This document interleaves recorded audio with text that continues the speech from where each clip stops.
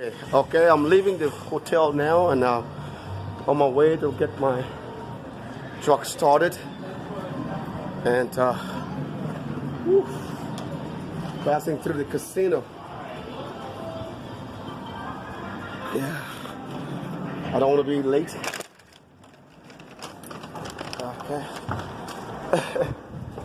Yeah, I have thank you, sir. You're welcome. Good morning. I have an 11 o'clock appointment in California, and the time here right now, thank you, is 6:25. Thanks. A.M. and trying to hustle my way to my truck to get my morning started. I think I should be a little bit late in terms of if I had known I would have gone to bed much earlier, and then I would have awakened probably around 5:30 to start everything. And it's all because of the traffic situation in California. And I'm going to Los Angeles, so I should have known better, but I was exhausted, fatigued, and I had to rest. And that is even better than pushing it, because sometimes I like to push it, and pushing stuff in terms of hurrying unnecessarily usually gendered problems like accidents, speeding, and getting tickets and stuff like that. So sorry. So I'm crossing the road now. Okay. Yeah, I've made it across successfully. So that's South Point Hotel there.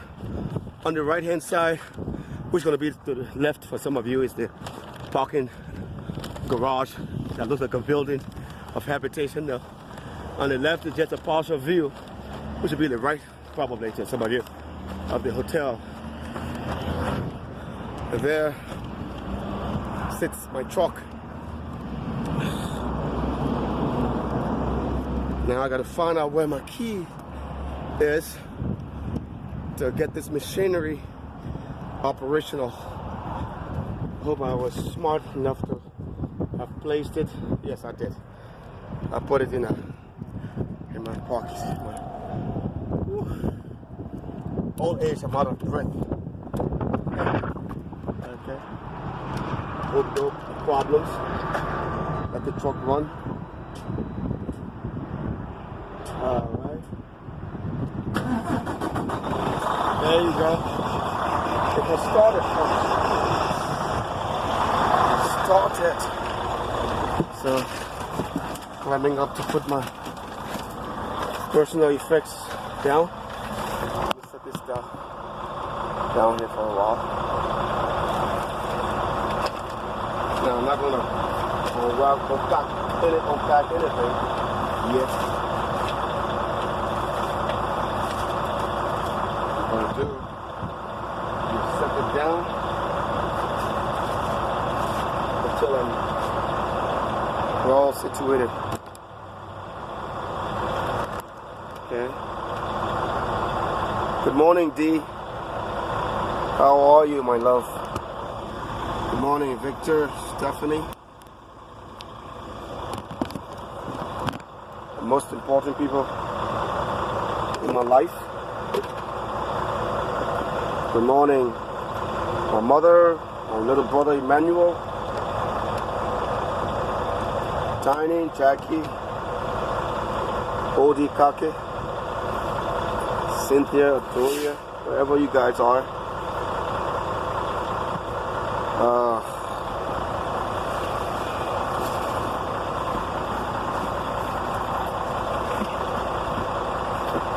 Frederick Walker Sr.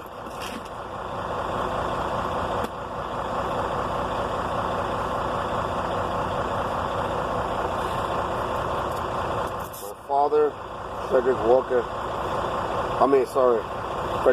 Jr. And then my father, Frederick Walker Sr.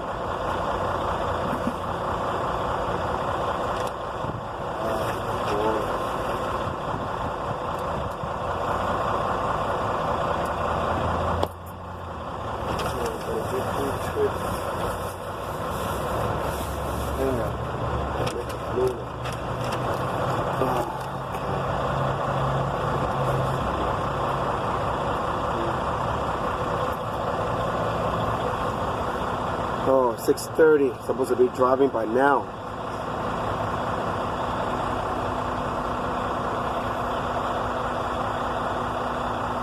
Okay. Now my computer is booting up. It has a mind of its own. It's gonna take 20 minutes out of me to get booted.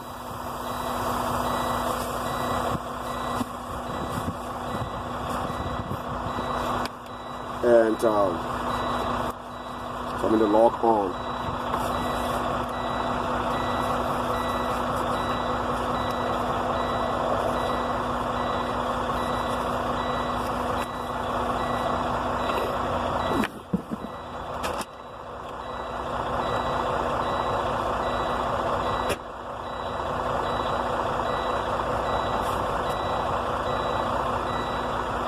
And while that takes effect, let me check my tires, my lights, make sure everything is operationally functional.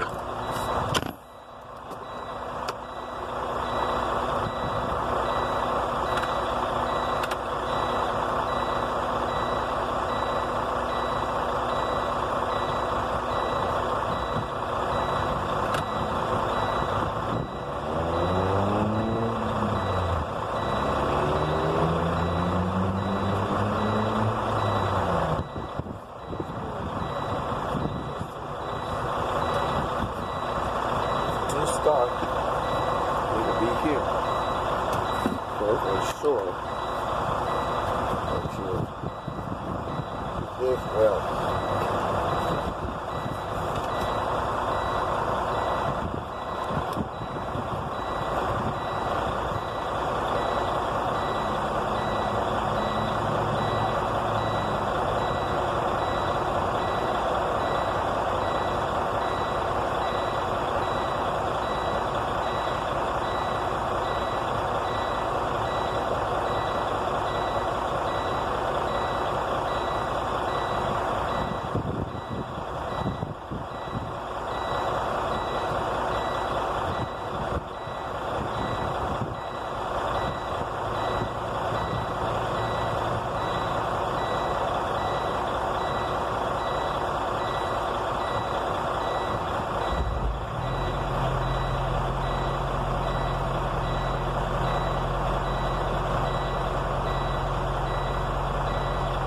Oh, sorry, I'm typing into my computer. That's my tablet.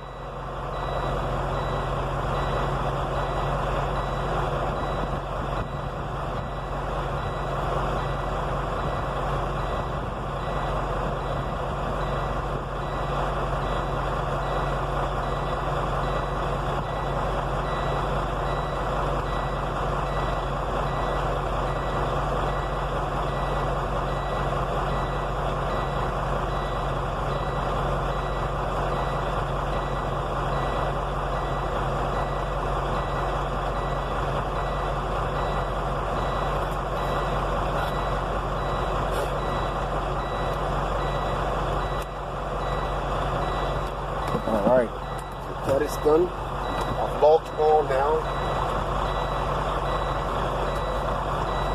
So what I'm doing now, I'm about to check my lights, make sure that they are operational. Okay, the both headlights are on. They both turn signal lights out. Naming that I have to manually make sure that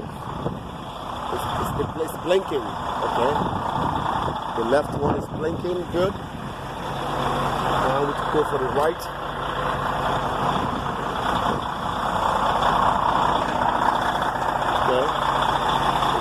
blinking on both the truck and the trailer all the way down there. Now I have to put the high beams on. Everything has to work so DOT doesn't, you know, give me a ticket for infraction. And not only that, but yes, the high beam is on. See the high beam, and this is the low beam. I mean, safety first, be safe. Now I haven't done that. Gotta go and check the tires. Make sure that they are inflated. That's the front drive axle there on the truck. So looking, everything looks good. Checking the trailer tires. The trailer tires are good on the driver's side. Now the passenger side, it's good. It's not low air pressure, no. And then these are my indication of me carrying very dangerous chemicals, hazardous material. This is corrosive. Yeah, it's supposed to be on full, both the sides and the front end of the trailer, and the back as well. So this is there. All four of them have to be there until you dispose of this consignment. Or I should say I. Okay, this is the next set of tires on it. And like I told you, one more for the fifth one. And then the rear tire is good. The front tire is also good. And then I gotta check on the last side for that, what we call placards. Hazardous material placards. This is the fourth one. So I'm good. The truck is set. Pre-trip is done.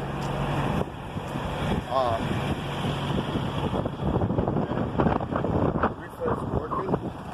Getting back on my truck. Oh yeah, I went for something more. The brake lights. Set it up, but I didn't observe it. Here, the brake lights is here.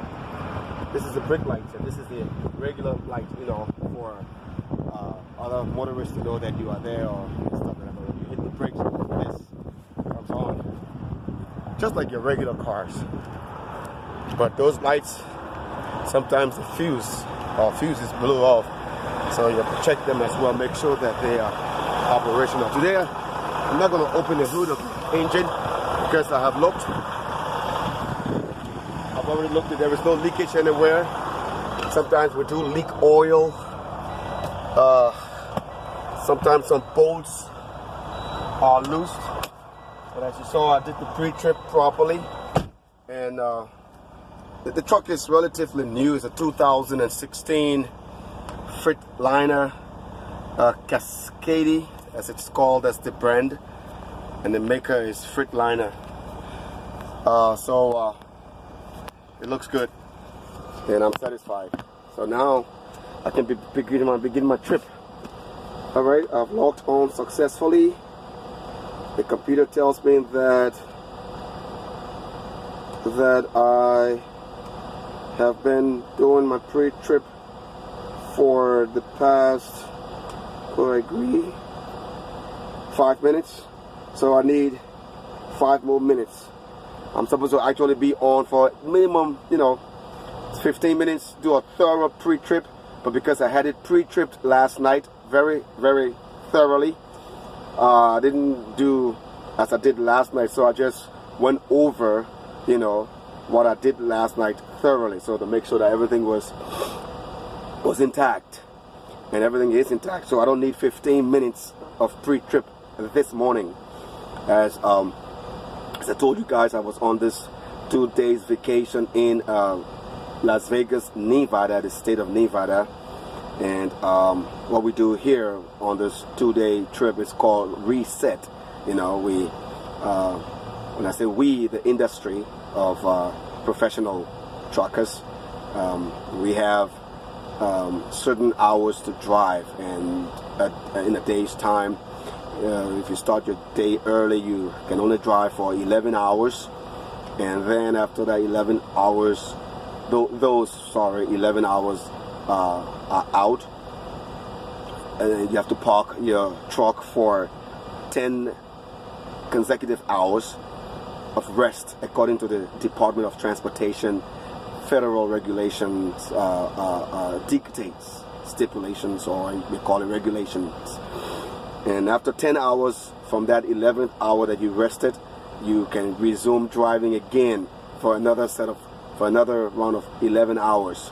So we have 70 hours for the week, like some of you have 40 hours, excluding overtime, but we have 70 hours all in the 50 United States of the United States of America. I just drew a little bit down there, so sorry about that. So when those 70 hours are exhausted, you have to put this truck down. You heard that, literally. You have to park it for 34 hours. And now that's the reset. When the truck is parked and not moving for 34 hours, we regain those 70 hours that we had lost for the week of work. So we regain those hours. It could be any day, but it has to be 34 hours. Then you can start a fresh week of 70 hours to begin your working. So without 70 hours being regained, you cannot put this truck any place. You cannot move this truck. It is a federal violation, not just state violation. It's a federal violation. The trucks, the airplanes, okay, the trucking industry, the airline industry, the automotive, which is the train industry, and the ship, marine industry, they are all federally regulated. The laws come straight down from Uncle Sam.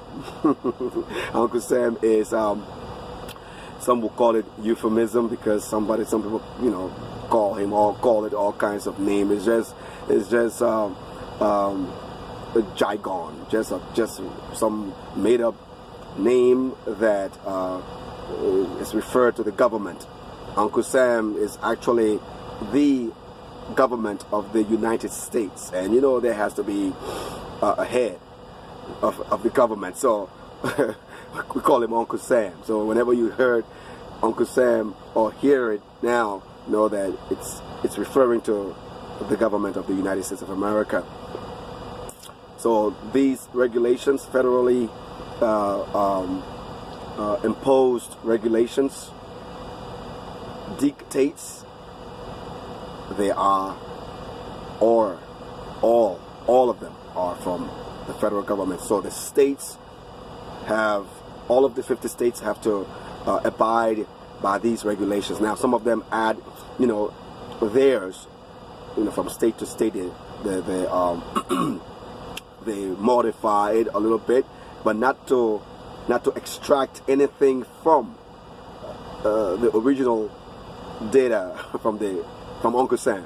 No, you can just modify it, even make it a little bit more better state to state, but they have to do it in accordance and along the lines of those federally regulated guidelines, standards. Okay, I was just giving you an overview or synopsis of what we do here. We don't just drive this truck like, we drive truck. No. We are regulated immensely, I'm telling you. It will take me maybe another 3 hours to go into all of the rudimental aspects with specificities, that we are subjected to. But for now, my time is up and I am a go. Seatbelt is in effect. All right, and let's see here. Okay, everything looks good. Truck is not stalling as it did before. Sorry for the shaking there. All right, I'm gonna put my windows down. I have something that I have to get out. There we go. Okay, now I'm good. So according to this GPS, this almighty GPS, that if she wasn't, and I say she because my voice guide on this is a female, so I refer to her as she. Some of you have males. So I call her Debbie, my wife, my darling. So if Debbie here, almighty Debbie GPS, if she doesn't guide me, if we don't have her, we might as well park this truck to travel throughout the length and breadth of this continental geographical structure of this country.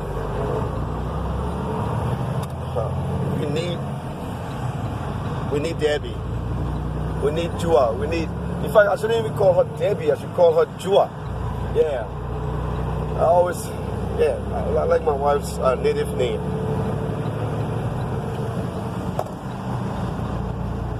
All right, so that's the hotel. Living in this called.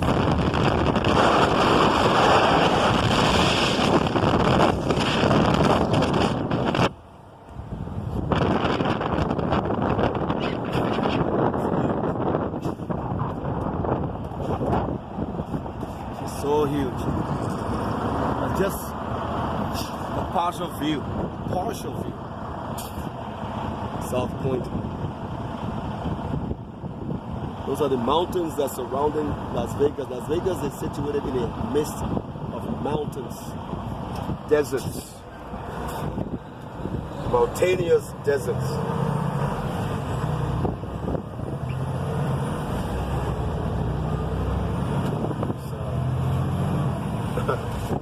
That's good.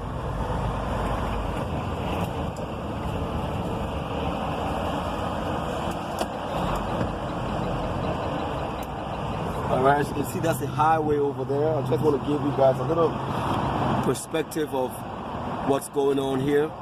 It's the highway I'm going to join. And once I get on that highway, when I leave the ramp, then I will just continue my coverage, okay? For safety's sake, and mainly for my wife's sake. Mainly safety. You know, when I say my wife, because Dee always like for me to be safe and do the right thing. You know, even though I think I'm in charge, I got this, I do make a few mistakes sometimes. So she likes for me to be safe, even when she's not there. And I haven't been really good at that. I've tried over the years, and I've faltered in that area. But for 3 years now, I've decided, almost 3 years now, since things became new, to listen to her and do those things that she has suggested, asked me, and she knows it's right for me to do, to keep me safe and keep us safe, because whatever happens to me happens to all of them. So that's the hotel. These buildings on the right side you're looking at they are new. When my wife and I came here in 2011, it was brand new. So that's the entire facility, very huge, humongous. Sorry for that noise. Okay, so like I said, I was gonna get, I'm on the highway now, so I'm getting off. Bye everyone, thanks for listening. As for some of you who think I'm full of it, praise God for you. Start to think positive and good about people, everyone, no matter who they are. Because just as you're thinking funny about others, others are thinking funny about you. You know, nobody knows one person is right and pure in this world. Just as people do stuff, they kill, they lie, they steal, they commit adultery, fornication, they envy, they hate their friends, they commit witchery, witchcraft. See, you know, everybody got stuff. So, while you pointing one finger at somebody for what they did, there are others that are pointing fingers at you. No matter what you think you are, what you do, and no matter how you think you will hide your stuff, there will be a time that you will be, discovered and be brought to shame and retribution and stuff like that. So let us love each other. Somebody gets in problem, don't rejoice about it. Don't laugh and be thankful. Be thankful that that person is in problem, because maybe you envy them in some ways. You envy them because of what they are, who they are, what they have achieved. Don't do that. It's a real negative spirit. So I implore all of us to just love each other, help each other when we fall, no matter how many times, because all of us, we do have situations that affect us millions of times, no matter how much we don't want to, no matter how many times we, say sorry to our wives, our husbands, our children, or to the Almighty Creator, we still struggle with things. So I believe we should love each other, pray for each other, be kind to each other. Those are my words for you today.